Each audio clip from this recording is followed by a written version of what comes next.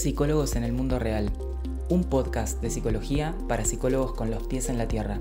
Si recién te recibiste de la carrera de psicología y no sabes por dónde empezar, tenés muchos miedos y dudas sobre cómo es la práctica y cómo vas a desarrollarte como psicólogo, este podcast es para vos.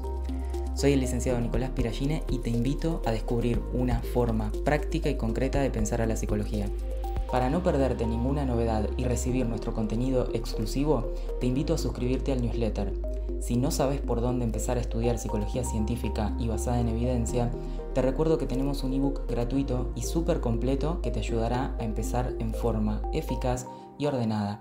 Encontrarás los links a estos recursos en el episodio. Sin más preámbulos, comenzamos el episodio de hoy.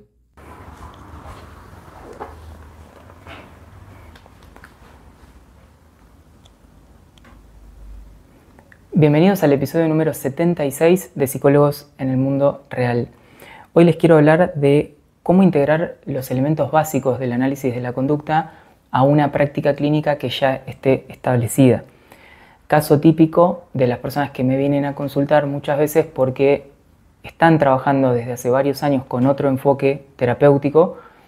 Puede ser sistémica, puede ser que tengan formación en terapia integrativa o terapia cognitiva conductual y quieren beneficiarse del enfoque del análisis de la conducta, aprovechar esta potencia que hablábamos de su marco analítico, de su marco conceptual, pero dicen, bueno, Nico, yo no sé cómo cambiar ahora todo lo que vengo haciendo, yo ya trabajo de una forma determinada, estuve pensando algunos conceptos para aplicar con los pacientes, pero la verdad es que ya tengo una clínica establecida, una forma de trabajo, entonces cuesta hacer ese cambio o cambiar todo.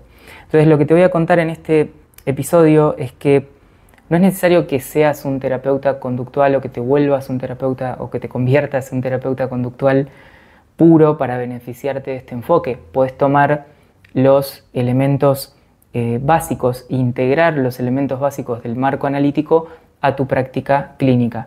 ¿Por qué? Porque como hablábamos la vez pasada, tiene una aplicabilidad transversal en la clínica.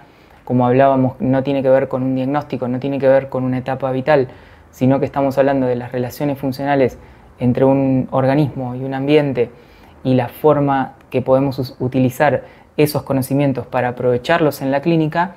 Vos podés utilizarlos adaptándolos, algunos de los conocimientos, hasta cierto punto, a tu práctica ya establecida. Así que vamos a ver un poco eso. Y en relación a cómo integrar algunos elementos básicos a tu sistema terapéutico o a tu forma de trabajo, quiero compartirte hoy dos conceptos principales. Primero es el de temporalidad y el segundo es el de que la conducta se da en tiempo real y en tiempo presente. Vamos a ver qué quiere decir esto de temporalidad por un lado y tiempo presente por el otro. Vamos a ver cómo lo puedo explicar con un ejemplo. Cuando nosotros vemos una película, por ejemplo, vamos a ver que tiene un inicio, un desenlace, un final. Hay una serie de escenas que se suceden unas a otras. Bueno, si bien dentro de una película puede ser que aparezca una escena más como en el futuro y después nos muestren algo del pasado y nos conecten con el futuro, pero después nosotros vamos armando toda esa película, ¿no? Independientemente que las escenas sean lineales una detrás de otra y el tiempo sea lineal o que el tiempo no sea lineal, sino que nos muestren algo del futuro y después nos digan 6 años más tarde, 6 años atrás y después nos ponen 15 años más adelante de tal suceso. Nosotros vamos armando la línea temporal de todos los sucesos y vamos entendiendo la película o vamos entendiendo la vida del protagonista o lo que le pasa al protagonista. Podemos decir que nuestro paciente es un protagonista de una película, de su propia película que es su propia vida. Y en esa vida van pasando cosas.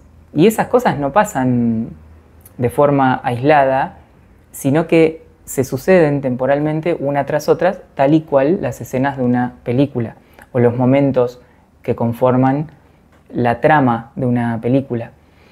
Entonces, una de las cosas que ustedes se pueden llevar para aplicar con sus pacientes o para pensar los problemas de sus pacientes es la idea de ordenar temporalmente todos los eventos clínicamente relevantes o los sucesos o fenómenos clínicamente relevantes. Todos aquellos fenómenos clínicos que ustedes escuchen en la consulta, que el paciente les comente, que llene en un formulario. Ustedes pueden ir ordenándolos temporalmente en el sentido de primero le pasó esto en una determinada edad, después le pasó esto otro, después le pasó esto otro, después le pasó este otro, y entender o intentar entender una relación que tienen los problemas y los fenómenos clínicos, tanto en lo macro como en lo micro, ¿no? En lo macro sería como en toda su vida y en lo micro sería en una situación en particular que estamos queriendo estudiar. Eso sería el concepto de temporalidad, porque justamente si nos vamos a los fundamentos del análisis de la conducta, entendemos que, como dijimos la vez pasada, la conducta tiene una historia, no viene de un repollo, viene de una sucesión de interacciones. Nosotros somos resultado de una sucesión de interacciones. Desde que nacemos estamos interactuando todo el tiempo con nuestra familia, con nuestro ambiente, con el entorno, con nuestro propio cuerpo.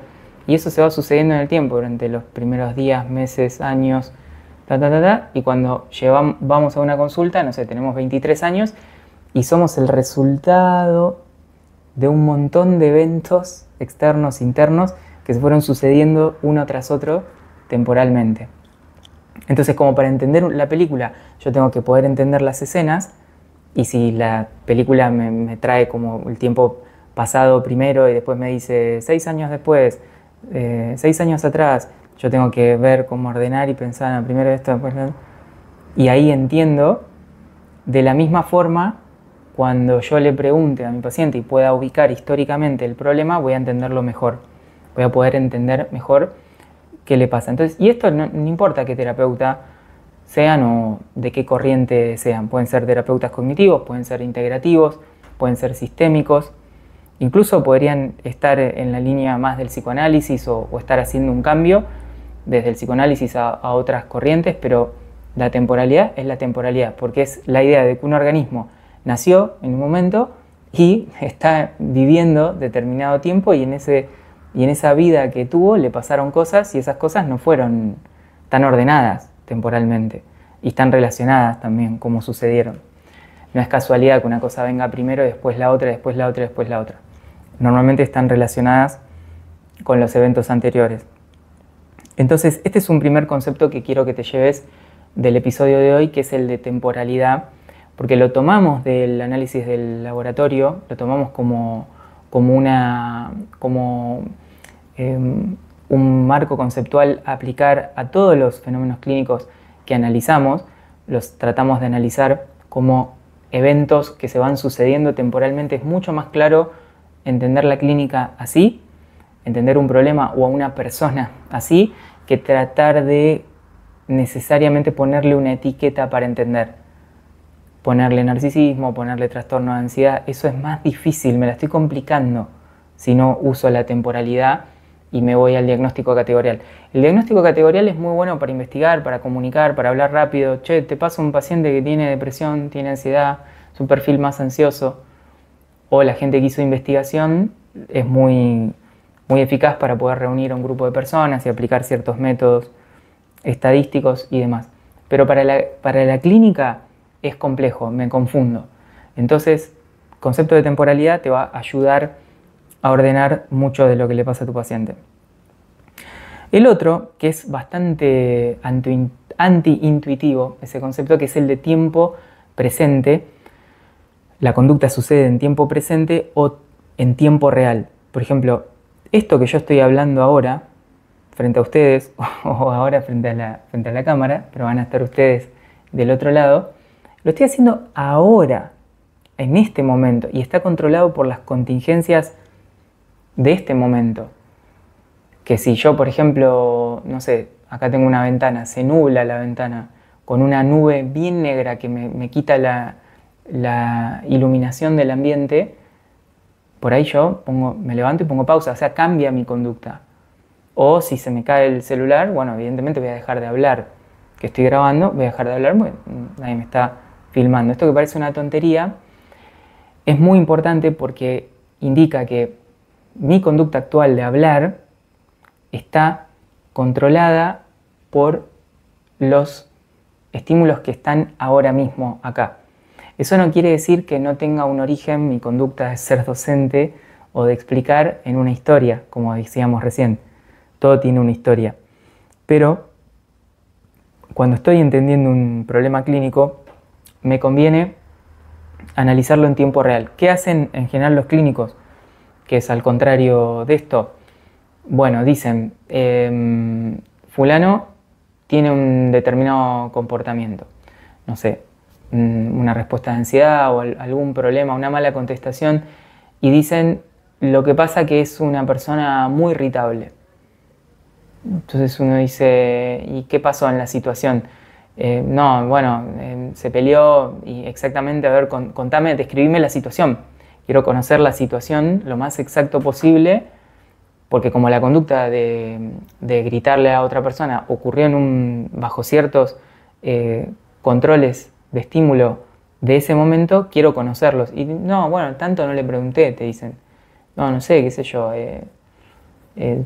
Sí, me dijo que se enojó, que algo le cayó mal. Y salimos de la situación donde la conducta sucedió, o donde realmente ocurrió, y nos vamos a una etiqueta. No, esto porque contestó así porque es narcisista. O contestó así porque tiene afecto negativo. Y mucho neuroticismo, ¿viste? Hay ahí como muy enquistado el neuroticismo.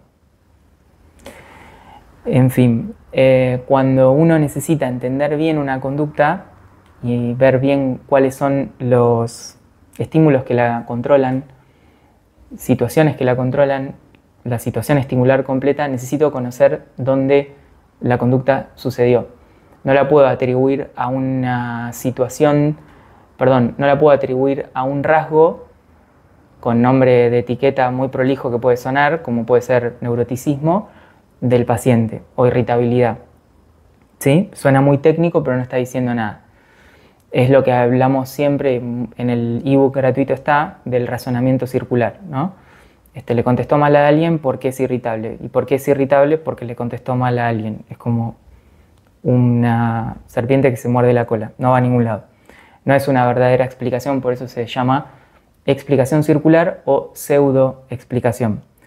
Para entender bien la conducta, necesitamos conocer el lugar donde está sucediendo, el contexto exacto donde está sucediendo. Entonces eso también te lo puedes llevar a tu clínica y te vas a volver seguramente más detallista al preguntar las situaciones para identificar los estímulos, las respuestas, las consecuencias, qué obtiene el paciente de hacer eso, qué cosas pasan al hacer esas conductas, qué funciones tiene básicamente, que es lo que veíamos la vez pasada con identificar funciones.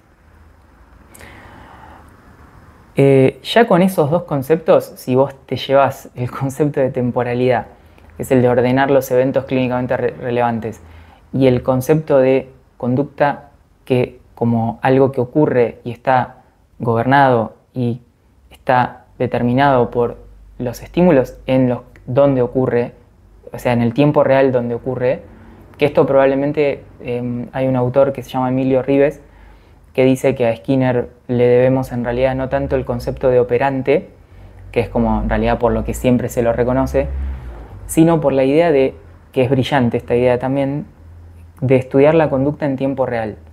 O sea, es el único tipo en la historia que dijo, lo que está pasando, lo que alguien está haciendo, se explica por la situación en la que lo está haciendo y no por un rasgo que esa persona tenga interior en algún lado, que es como lo que habitualmente estamos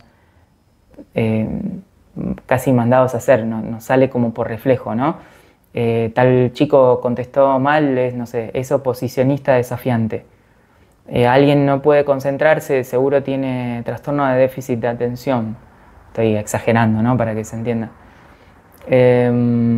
Alguien tuvo una situación donde le contestó mal a alguien, tiene mal manejo de la ira. Ok, pero nadie sabe bien las situaciones en concreto. A ver, contame la situación, explícame la situación. Contame qué pasó primero, qué pasó después. Quiero saber exactamente. Y muchas veces cuando supervisás, A alguien te dice, no, eso no le pregunté, tal otra cosa no le pregunté, tal otra tampoco. Entonces, temporalidad y tiempo real es tiempo que la conducta ocurre en tiempo real y está gobernada por los estímulos que suceden en ese tiempo, es muy importante de saber. Y este autor decía, Emilio Ribes, que Skinner va a ser recordado en realidad por eso, ¿no? No tanto por lo operante, sino como el tipo que introdujo la idea de estudiar a la conducta en el momento del mismo que la conducta ocurre, y no como que veo o me cuentan algo y yo lo refiero a cualquier otra cosa que no sé ni dónde está, es una palabra inventada como neuroticismo. O sea, fíjense la locura, ¿no? Pero es lo que estamos acostumbrados a hacer. Alguien está haciendo algo y en vez de yo poder mirar eso sin ningún tipo de agregado, en vez de estar mirando la conducta lo más puro posible, porque nunca es que... vieron que se dice que el empirismo absoluto es ingenuo, en el sentido que no hay experiencia pura, librada de ninguna categoría, de nada, de ningún concepto, pero poder observar de una forma determinada que no le esté agregando demasiadas cosas a la observación. En vez de estar mirando eso, lo que hace un tipo, a ver qué es lo que me está explicando que hace, yo me voy de la conducta que me está contando para agregar una palabra que no existe, como neuroticismo, que parece muy técnica, parece muy interesante, pero no es una palabra que refiere a conductas. Entonces yo me voy de ahí y me voy a una palabra. Y con eso ya me siento más tranquilo, como que le di una explicación, una categoría. Pero bueno, me estoy yendo del tiempo presente, me estoy yendo del tiempo real y estoy yéndome a un vocabulario que no tiene ninguna referencia con los estímulos en los que la conducta está sucediendo. Entonces me pierdo de entender la situación. Eso es lo que pasa muchas veces con los clínicos. Bien, entonces, en conclusión, el análisis de la conducta es un enfoque que te puede ayudar a enriquecer tu práctica. No es excluyente que vos te conviertas en un analista de conducta, sino que puede enriquecer tu enfoque desde cualquier enfoque terapéutico, tocando estas cosas que son transversales a la intervención. Como siempre me gusta a mí trabajar, que es un poco mi especialidad, la forma en la que trabajo, soy alguien que se especializa o intento especializarme en los procesos básicos y transversales que ocurren en la clínica, independientemente del tipo de diagnóstico o el tipo de problema del que estemos tratando. Bien, entonces los invito a que puedan reflexionar de cómo integrar estos elementos de temporalidad y conducta en tiempo real a su práctica clínica. Espero que este episodio les haya servido y nos estamos viendo y escuchando en el próximo episodio. Chau, chau.